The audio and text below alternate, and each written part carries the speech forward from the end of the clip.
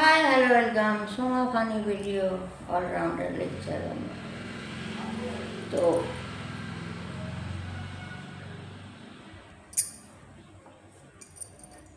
আশা করি মা তোমরা সকলে খুব খুব খুব ভালো আছো পিতার দ্বারা। আর আমি পিতার দ্বারায় মা তোমাদের আশীর্বাদে খুব ভালো আছি। সত্যির একটা কথা বলবো প্রত্যেক মাকে, দেখো প্রথম আমি খুলেছিলাম শুধু ছোট্ট একটা, না এরকম বুঝবে না মা, আমি বলি একজন তোমরা বলেছে যে ঠাকুর কেন ছাড়লে, সেটা তো আমি বলে দিয়েছি। এবারে আমি বলবো যে পিতাকে কি করে ধরলাম, পেলাম এবং এই র্যাঙ্কে এলাম, সেই গল্প আমি তোমাদের পরে শোনাব। তার পেছনে কারণ আছে।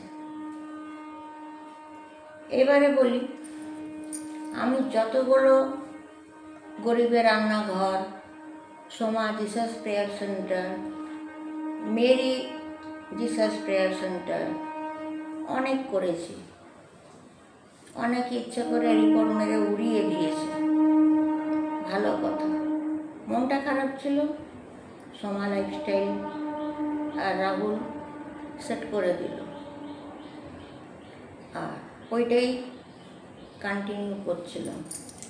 কিন্তু মা তোমরা যখন বললে যে আজকালকার জেনারেশনের ছেলেমেয়েরা কেউ শুনবে না, বা তোদের দাদা বৌদিরাও শুনবে না, শুনলে আমরাই শুনব, মা বাবা দিদা দাদু ঠাকুমা।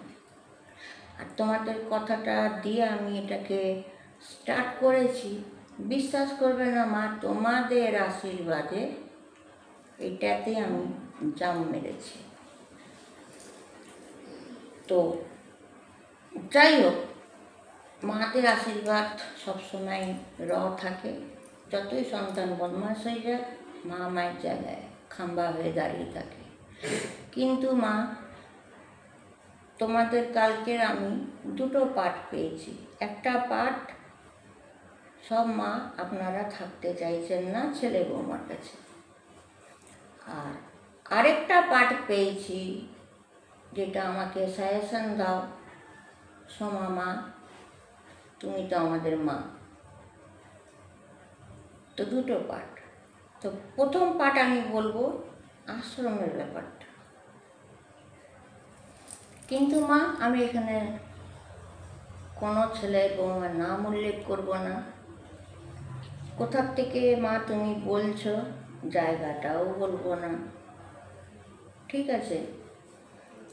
আশ্রমের যেই কথাটা বলবো একটা ছোট্ট হিন্টস দেব, কিন্তু পুরো আমি নামটা দেব না। নামটা দেব তোমাদেরকে হোয়াটসঅ্যাপে বা মেসেঞ্জারে, ঠিক আছে?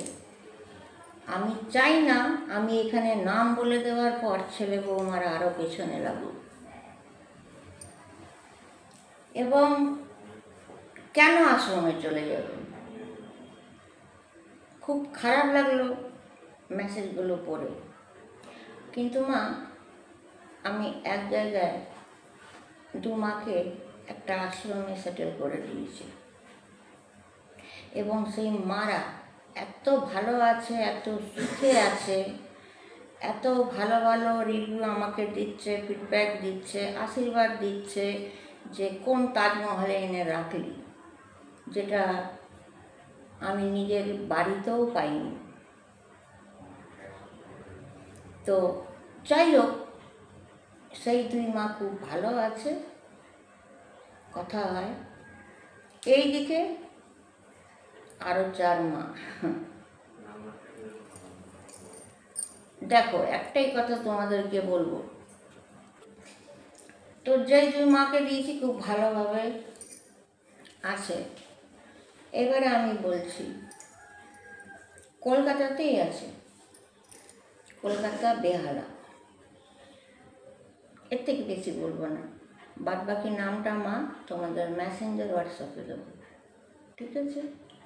এবারে বলে দিই মা ওখানকার সিস্টেম 3টে আছে।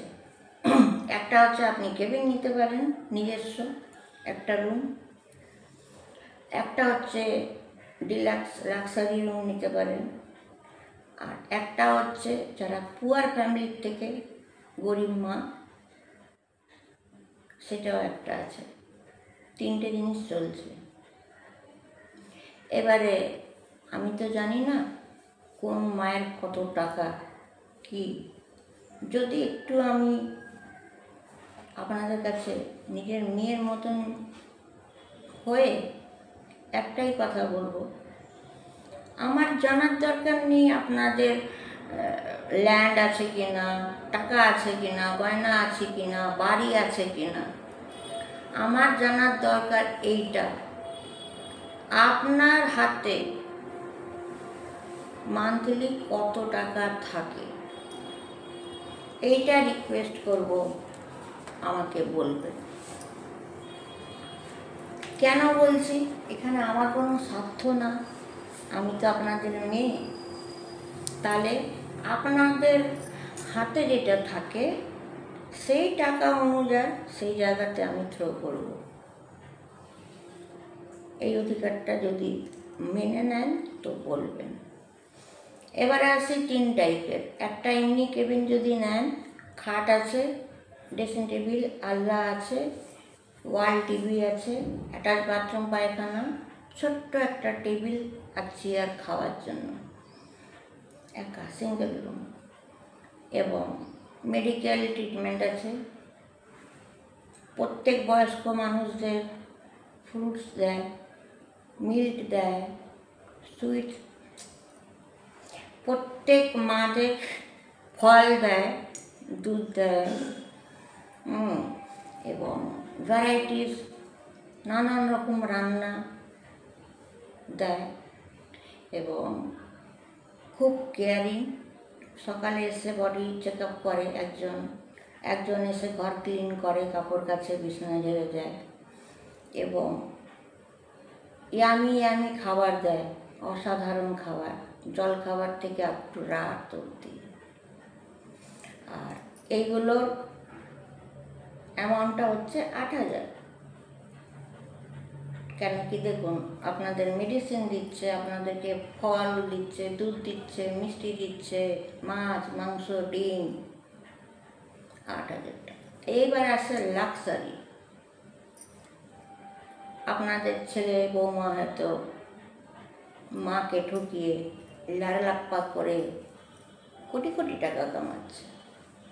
সেই কোটি কোটি টাকা ভালা ছেলে বউদের বলবো, ওই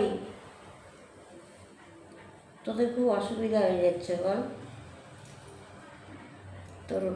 তুই স্কিন টাইট প্যান্ট পরতে পারছিস না, না চলো একটা কাজ করি, মা বলেছি তো, চলো তুই বলবো না, মা আছে, মায়ের মুখ চেয়ে তুমি বলি, ওই জন্য তুমি বলি, হ্যাঁ, শুধু মায়ের মুখ চেয়ে। তো দাদাবাবু আপনি ভালোভাবে স্টাইল করতে পারছেন না, কোটি কোটি মা আছে, আপনার বউ জিন্স পরতে পারছে না, হাত কাটা টপ পরতে পারছে না, চুল কালারিং করতে পারছে না, পার্টিতে যেতে পারছে না, ড্রিঙ্ক করতে পারছে না। একটু কি বেশি বলে ফেললাম? খুব অসুবিধা হচ্ছে বলুন। ফালতুকা একটা মা একটা আপনাদের রুমকে কভার করে রেখে দিয়েছে, ফালতুকা ডিস্টার্ব করে বৌমাকে। ডিস্টার্বটা করে এই জন্য যে বৌমা তুমি তো হট ড্রেস পরেছো, আমিও পরবো, তাই না? আপনারা তো অনেক সতী বৌমা, ওই জন্যই তো শাশুড়ি মা বলে তোমার মতন হট প্যান্ট পরবো, তোমার মতন ওয়াইন খাবো। দেখেছ বৌমা কত তোমাদের ভালোবাসে। এরকম শাশুড়ি মা কোথায় পাবে, তাই না?